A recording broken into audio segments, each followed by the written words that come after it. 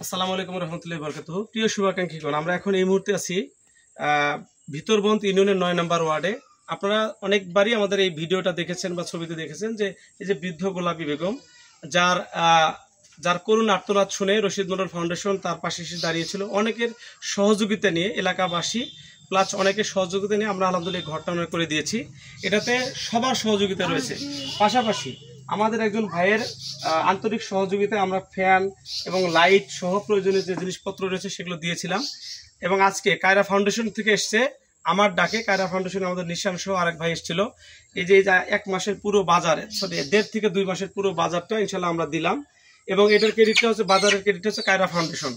আমরা এটুকু আপনাদেরকে নিশ্চিত করতে চাই যে আপনারা জেনে থাকবেন যে আমরা সর্বদাই এরকম কাজগুলো করি শুধুমাত্র মানসিক প্রশান্তির জন্য।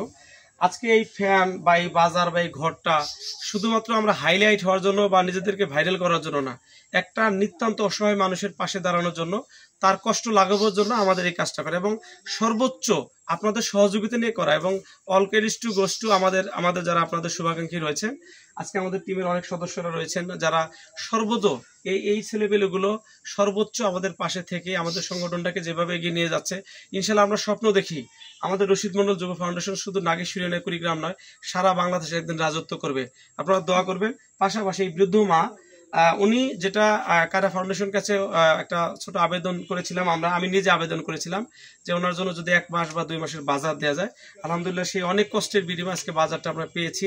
এখানে চাল, ডাল, মাছ, মুরগি, ডিম সহ প্রয়োজনীয় সবকিছু দেওয়া হয়েছে।